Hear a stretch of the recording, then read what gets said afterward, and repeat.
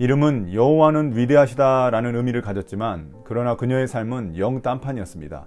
심지어 그녀의 죽음으로 여호와는 위대하시다라는 말이 입증되었습니다.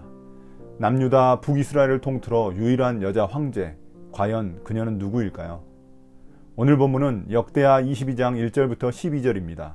묵상 제목은 망했다, 그래도 하나님은 입니다. 역대기 저자는 열왕기하 8장 25절부터 9장 29절을 많이 압축해서 오늘 본문을 재구성했습니다. 악한 왕이었던 아버지 여호람에 이어 아하시아의 모습을 보여주고 있습니다. 과연 아하시아는 아버지 여호람의 모습에서 벗어날 수 있었을까요? 1절부터 4절은 아하시아 왕에 대한 요약입니다. 아버지 여호람이 죽자 유일하게 살아남은 자식 아하시아가 유다의 왕위에 오릅니다. 22살이라는 좀 이른 나이에 왕위에 올랐으나 겨우 1년밖에 통치하지 못했습니다.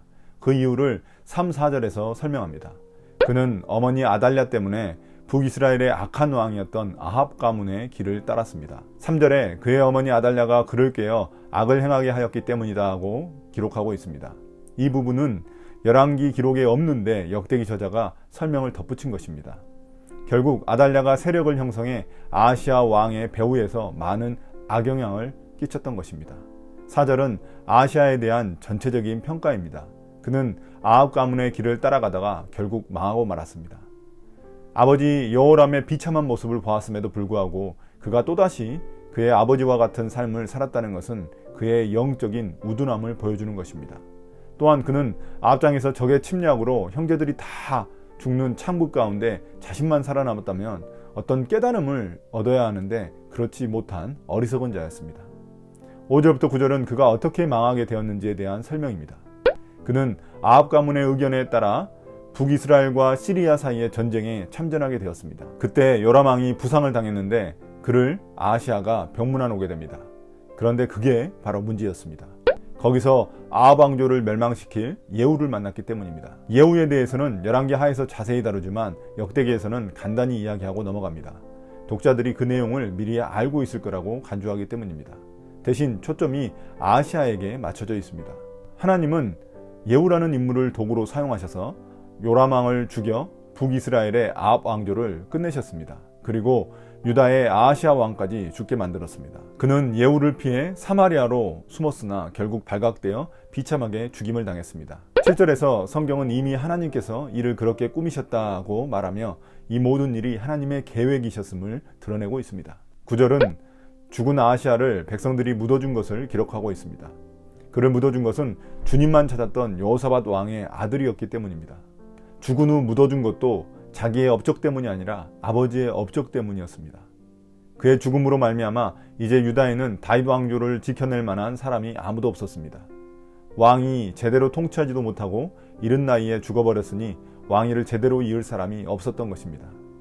심지어 10절부터 12절은 죽은 아하시아의 어머니 아달랴가 어떻게 다윗 왕조를 끝장내려고 했는지 보여줍니다.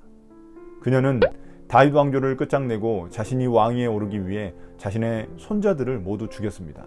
다행히 여호람의 딸, 다시 말해 아하시아의 누이인 여호세바가 아하시아의 아들 요아스를 몰래 빼돌려 그를 살렸습니다. 여호세바는 여호야다 제사장의 아내였는데 그녀는 조카 요아스를 6년간 성전에 숨겨두었습니다. 그리고 그의 남편 여호야다가 몰래 요아스에게 율법을 가르쳤습니다. 그렇게 6년 동안 유다는 아달랴가 왕위에 올라 나라를 다스렸습니다. 그녀가 이스라엘의 전무후무한 여자 황제 아달랴입니다. 지금으로 따지면 남자들 뿐인 왕자리에서 유리천장을 뚫은 그런 여성이었습니다. 역사적으로는 당시 정적들을 쳐내는 정치적 수단은 뛰어났을지 모르지만 하나님이 보시기에는 전무후무한 악녀였습니다. 아달랴 한 사람이 유다 전체에 어떤 악영향을 미쳤는지 우리는 알 수 있습니다. 악녀 아달랴 한 사람 때문에 다윗 왕조는 멸망당할 위험에 처했습니다. 악의 영향력이 얼마나 무서운지 보여주는 장면입니다. 녹슨 이음새 볼트 하나가 성수대교를 무너뜨렸습니다. 작은 구멍 하나가 전체 뚝을 무너뜨렸습니다. 우리 삶에 작은 악도 허락하지 않으려는 결단과 노력이 중요합니다. 그럼에도 불구하고 악이 결코 하나님의 은혜를 집어삼키지는 못합니다. 하나님은 연약한 한 여인 여호세바를 통해 하나님의 역사를 보존하셨습니다. 다윗 왕조에 대한 하나님의 은혜이자 하나님의 긍휼 때문입니다. 주님은 꺼져가는 등불도 끄지 않으시는 분이시며 상한 갈대도 꺾지 않으시는 분이시기 때문입니다. 이 사실이 역대기 1차 독자인 포로기한 공동체에게도 큰 위로와 격려가 되었을 것입니다.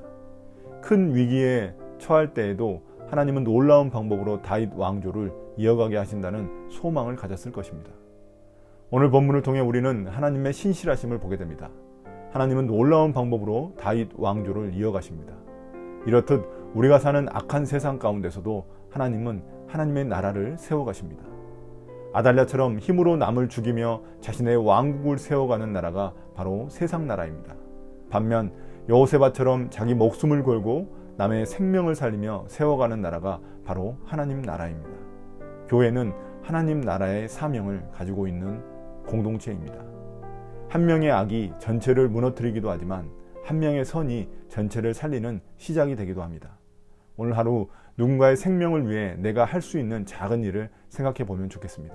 그것이 악에 대항하여 하나님 나라를 세우는 진정한 능력입니다. 오늘 묵상을 마치겠습니다. 감사합니다.